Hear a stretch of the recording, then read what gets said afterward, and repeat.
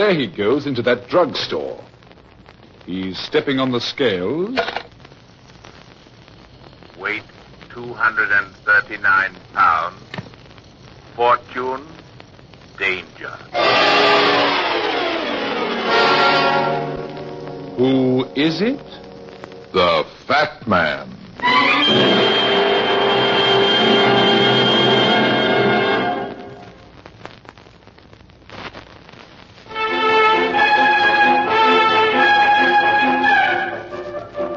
In this business of solving crimes, the detective runs into two types of criminals. The old-time pro and the first offender. The old-timer with his record, fingerprints, and well-known pattern of procedure is always at a disadvantage. And by hard work and the help of a stool pigeon or so, he is usually caught. Your amateur, on the other hand, becomes the detective's $64 question. He has no record, no pattern, and is unknown in the underworld.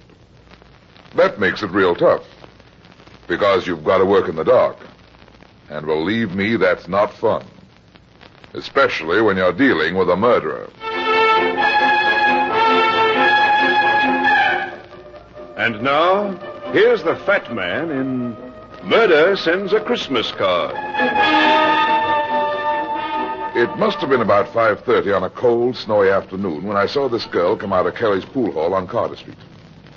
She wasn't exactly what you'd call beautiful, but she was nice looking, slim, neatly dressed, and certainly not the type of girl who hangs out in pool halls. She stood on the sidewalk for a second, as if undecided where to go, and then started across the street. Maybe she didn't hear the car coming, or maybe she didn't care. The driver tried to stop, but the streets were slick. I took 4 running steps, and I dived. Oh. It was a good tackle, and the snow eased our fall and helped us slide clear just as the car skidded by. Oh, I didn't hear it. Didn't your mother ever tell you to look up and down before you cross the street? You're a lucky lady. Yes, thank you. I must have been thinking of something else. I just didn't hear the car. Here, let me help you up. Are you all right? Yes, I think so. Oh, my ankle. Is it sprained? No, I don't really think so. I must have turned it. I'll be all right. Thank you very much. Now, take it easy. You're not going to get very far on that ankle. No, please, I must get home. I left my little boy with a neighbor. I must get back. Okay, I'll take you home. Here, lean on my arm. No, please, I live a long way from here. Sam goes to that pool room because it's near where he works. But let me get a cab and take you home. No, Sam wouldn't like it. Who's Sam, your little boy? No, my husband. That's why I came out. I was looking for him. Is that why you went in the pool room? Yes, I thought he might be inside. Sometimes he does go there. Oh, I'm so worried. Why, is he out of work?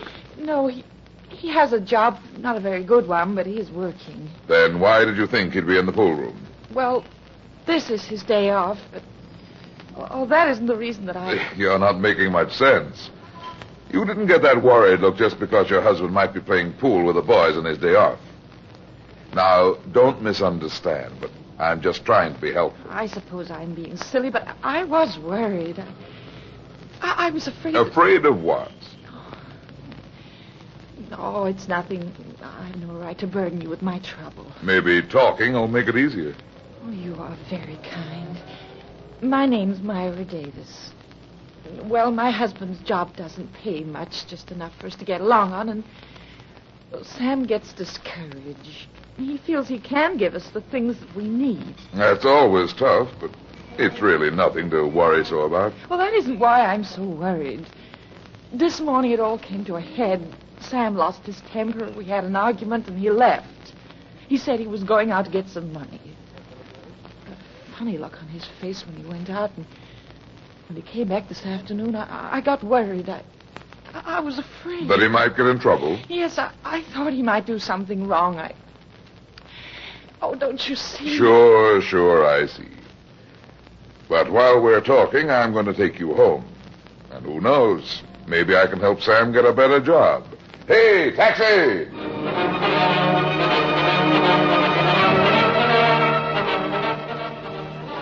The Davises lived nearly 2 miles from the neighborhood of the pool hall. The apartment wasn't exactly what you'd call classy, but it was neat and clean. Just as we opened the door, the telephone rang. Hello? Hello? Hello? They hung up. Oh, well, maybe it was Sam. Maybe he found a better job. Maybe. I hope so. But why would he call? Why wouldn't he come home and tell me? Now, don't get upset again. You'd better go get your little boy. Oh, yes. Yes, of course. Are you sure your ankle's okay now? Yes, it's much better now. In that case, I'll be running along. Thank you so much, Mr. Runyan. I do hope you can help Sam. Well, I'll do all I can. In the meantime, you cheer up. Take this card of mine. Give it to Sam and tell him to drop in and see me tomorrow. Maybe I can help him. Oh, thank you so much. Skip it, sweetheart. I'm an old Boy Scout. This is my good deed for today.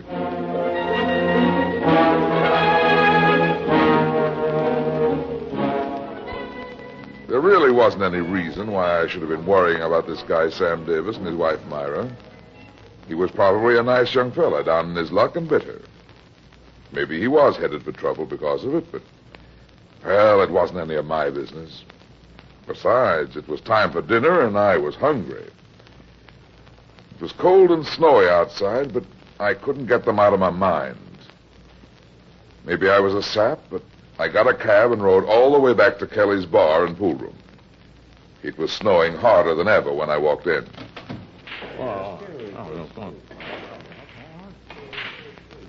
Yeah, what'll it be, mister? Give me a beer. By the way, do you know a fellow named Sam Davis? Yeah, sure, I know Sam. Has he been in here this afternoon? You a friend of his? Yeah. Here you are. Yeah, Sam was in a little while ago. How long ago? Oh, well, let's see. It was after his wife was here looking for him. She come in about an hour and a half ago, but Sam wasn't here then. He come in soon after she left. I remember because I gave him the message that she was looking for him. Oh, then he went home. No. He went to the phone booth over there to call her. Said he'd got himself a job tonight, so he'd be late getting home. I thought he had a job. He has, but he's going to pick up a little Christmas money by driving a truck or something for the guys he was with. He said it'd pay good. But them guys didn't look exactly like trucking magnates to me, though.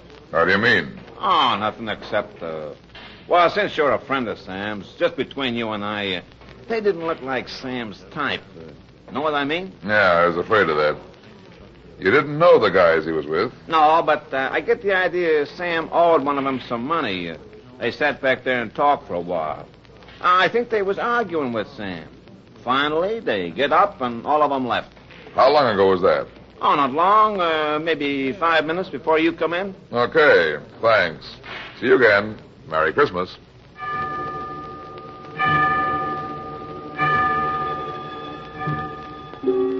I left the pool room and walked east toward the subway 6 blocks away. It was getting colder. The street was one of those extra-wide warehouse-lined streets, dark, and deserted except for a small cigar store a few feet ahead of me. There was a telephone booth inside. I went in and dialed Davis's number. Hello? This is Brad Runyan, Mrs. Davis. Has Sam come home yet? Oh, no, he hasn't, Mr. Runyan. I do wish you would. Oh, now, don't worry.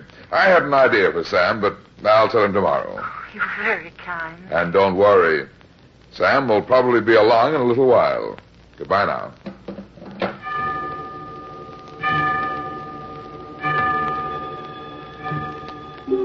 I went back out into the dark, snow-covered street and tried to forget about Sam Davis. I was 4 long blocks from the subway when a truck skidded around the corner a block ahead and rolled to a stop in front of a warehouse on the far side of the street. The door of the truck opened and 3 men got out. They seemed to be in a hurry.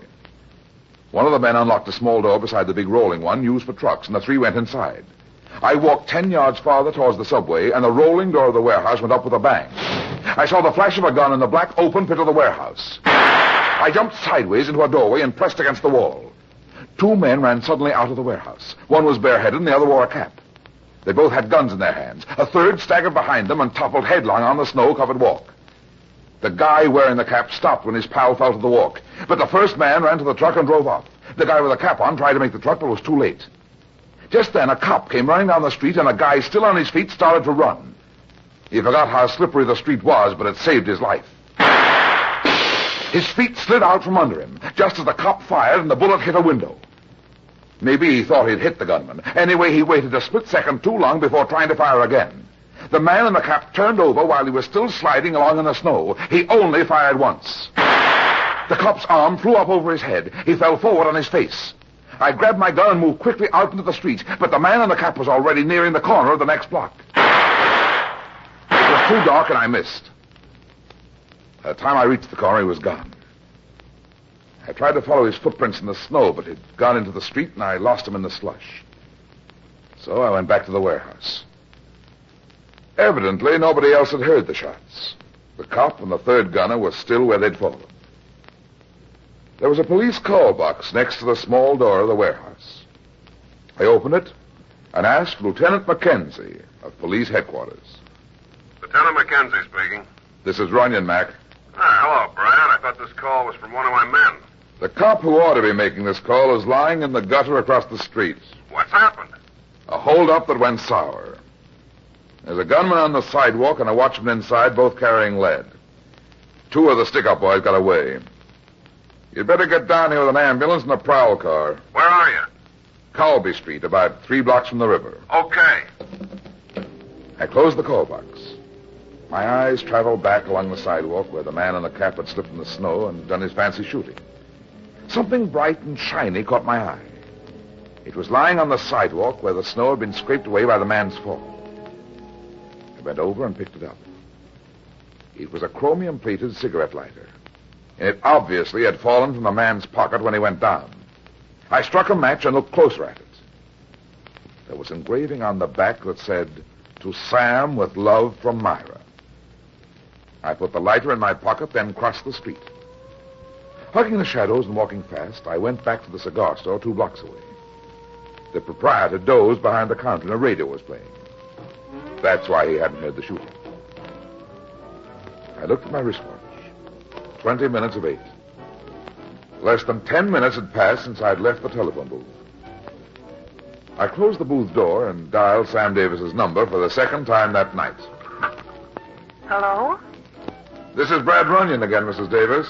Oh, it's all right now, Mr. Runyan. All right. Yes, Sam came home. There wasn't anything to worry about at all. He thought that he might have a job tonight, but he turned it down and came home. He turned it down? Yes. I talked to you less than 10 minutes ago, Mrs. Davis. Sam hadn't come in then. Oh, no, I know that. He came in right after I talked to you. Put him on the phone a minute. I want to talk with him. Oh, he's not here now. Where is he? You mean he came in 10 minutes ago and has left again? Yes. Why, what is it, Mr. Runyan? What's wrong? Did he say where he was going? No. He had a phone call that seemed to upset him. And when I told him about you, how you promised to get him a better job, he seemed to feel better. He put his cap on. Now, wait a minute. Did you say cap? Well, yes, Sam always wears a cap. He told me not to worry, that he had to settle something, that he'd be back again in a little while. Then he left there just a minute ago. Well, he just got out of the door when your call came. I see. What's wrong, Mr. Runyan? Tell me the truth, Mrs. Davis. It's important. Truth? But I am telling you the truth. Sam didn't come home, did he? You got a phone call from him 5 minutes ago. No, he didn't call. He was here. He's only just left. He called and he told you to say he'd been there. No, he was here. I swear he was. What is it? What's happened? I'm sorry, Mrs. Davis, but there's been a murder. What? No. The man who did the shooting was wearing a cap and he dropped a cigarette lighter with the engraving, "To Sam with love from Myra" on it. Oh, no. You gave Sam that lighter, didn't you? Oh, yes. Yes, but he was here, I tell you. He couldn't have been there. Your apartment is 2 miles from here.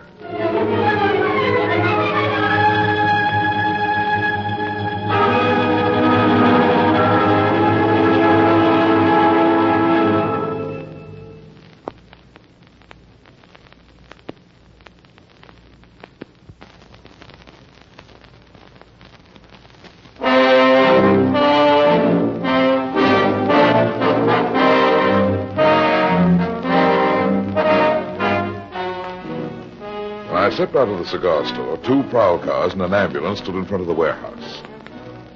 4 cops stood around in the glare of a searchlight. I should have gone up and joined them, but I didn't. Somehow I wasn't quite sure.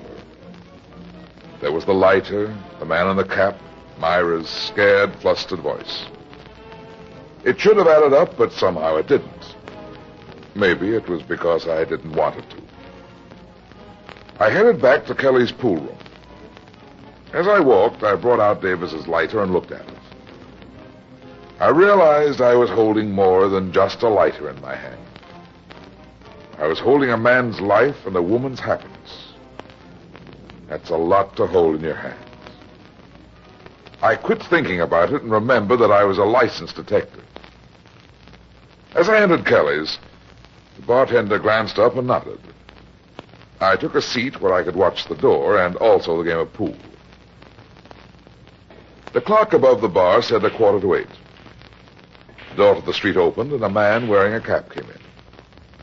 He was young, not more than 25 or 6.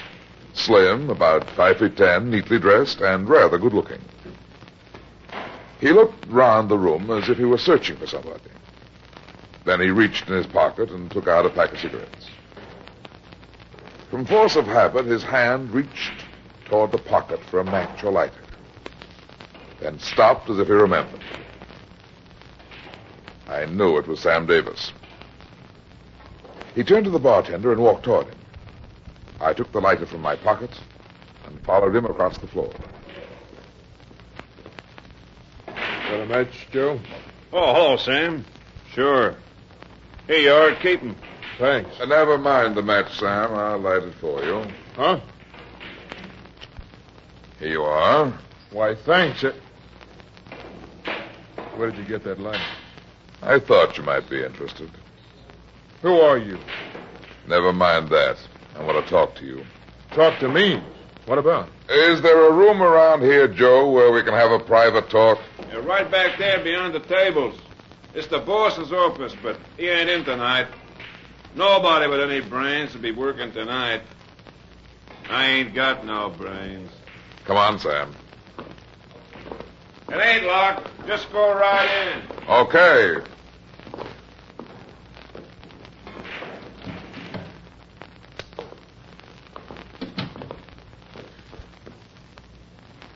Okay, mister. What's the pitch? Sit down.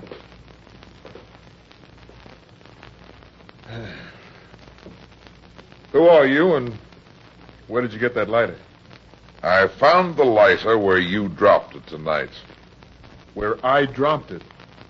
I didn't drop it. It's no good, Sam. The cop died. The cop died. Hey, what are you talking about? Where were you at 7:30 tonight? I was home. I can prove it by my wife. I've already talked to your wife. She can't prove anything. But she saw me. She can tell you. She's your wife, Sam. She loves you. You shouldn't have let her down like that. And listen, you gotta believe me.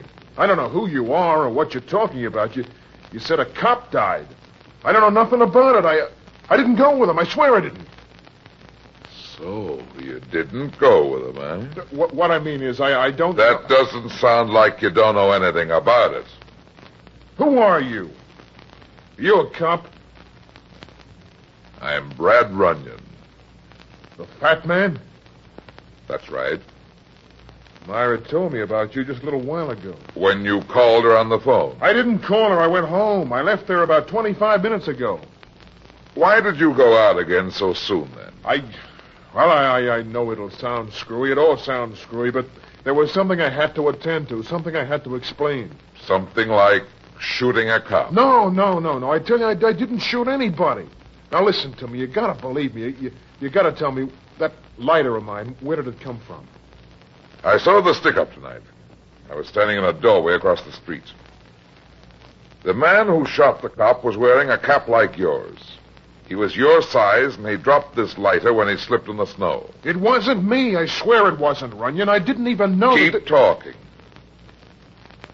I'd like to believe you, Sam. I liked your wife. And I heard about that kid of yours. Now, listen, Runyan, I don't know what your angle is in this or why you're interested, but it looks like I'm in a jam. A big jam. Now, look, I'll come clean with you if you'll help me. Keep talking. Well, the job I've got's no good, see? I don't make any dough. It's hardly enough to get along. Well, I watched the bills pile up, and Christmas was coming. Other guys give their wife and kids nice presents. I couldn't. I know all that. What happened tonight? Well, there were some guys. I met them a couple of days ago. Got in a pool game with them, one of them. I thought I'd win a little money, but instead I lost. I couldn't pay, so I gave this guy my lighter.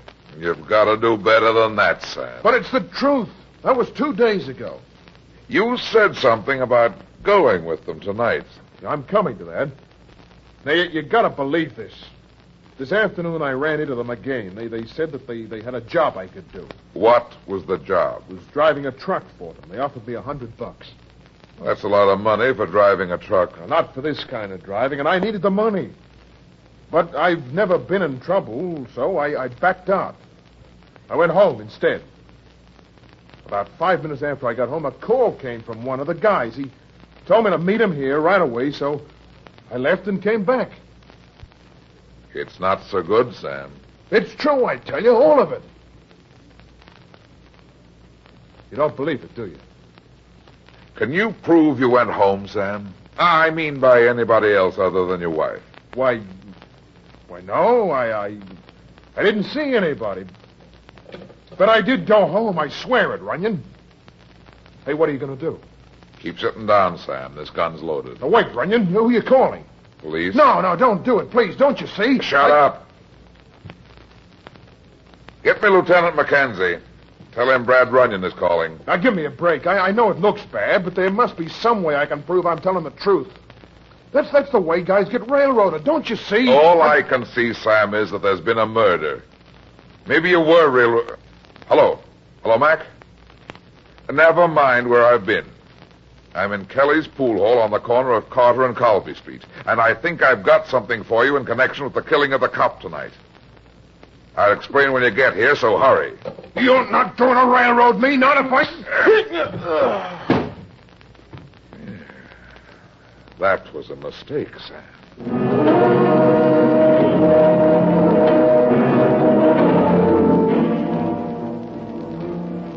I picked Sam up and propped him in a chair. There was a slight cut on the side of his mouth where my fist had connected. Otherwise, he was okay. But something had fallen out of his pocket. A small white card. I bent over, picked the card up, and looked at it. It read, Brad Runyan, Private Investigator. It was the same card I'd given his wife when I took her home. He had been home. I looked at my watch. Mackenzie wouldn't waste any time. Sam Davis was headed for the chair unless I acted fast. They'd never believe the story of the card. I slipped it in my pocket. There was a water cooler in the corner. I filled a paper cup and threw it in Sam's face. Come on, Sam. Come on, wake up. What happened? I hit you. Come on, get up. Oh, I told you the truth, Runyan. I swear it. Skip it. Now listen to me, Sam. We haven't got much time. Nobody's gonna railroad you. What do you mean? You just Let me talk. We've got to act fast. The cops will be here any minute. Yeah, but wait a second. I don't understand. I said, listen. If you love that wife and kid of yours, you'll do exactly what I tell you. Understand? Why did you... Never mind that. Now hit me.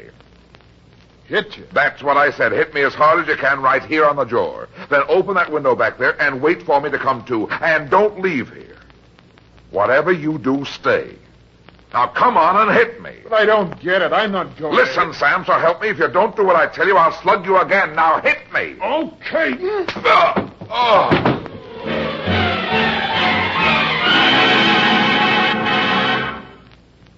He was good.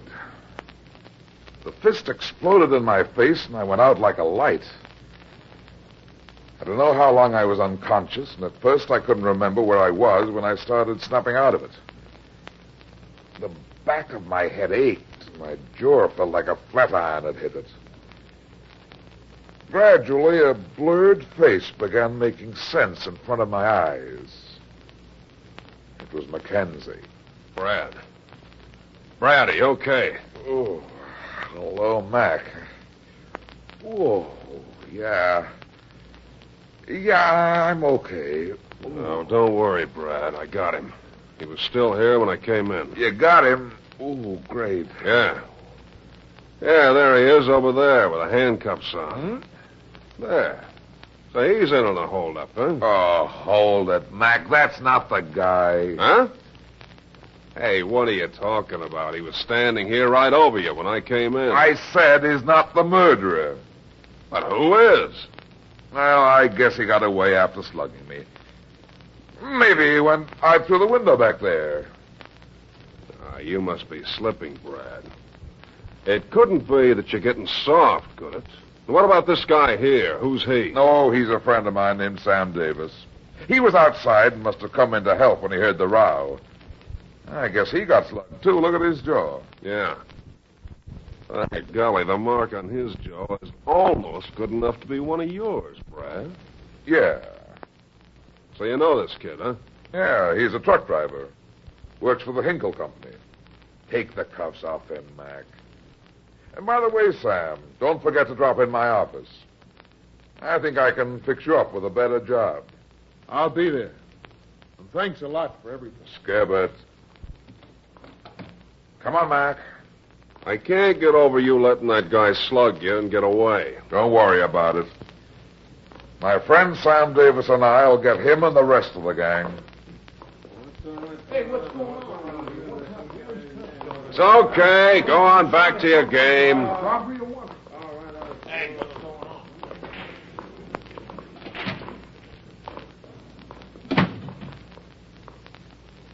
Well, it turned out to be a nice night after all, Mac. Yeah, it's pretty cold, but it stopped snowing. Well, I gotta get back to headquarters. I'll walk along with you. Hey, Brad, I don't get it. This is the first time in all the years I've known you that you ever let anybody clip you and get away with it.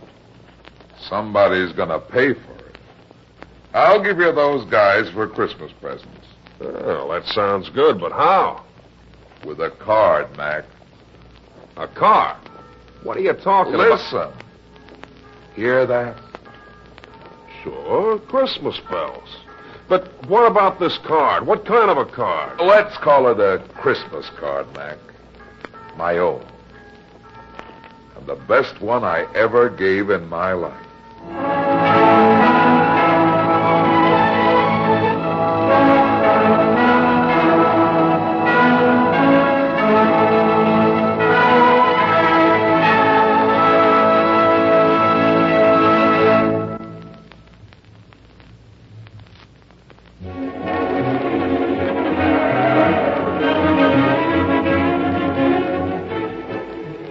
That's that. It seems I spend my life getting into trouble and getting out of it. But at the same time, I generally manage to get some other people in and out of trouble, too. Be seeing you again. So long.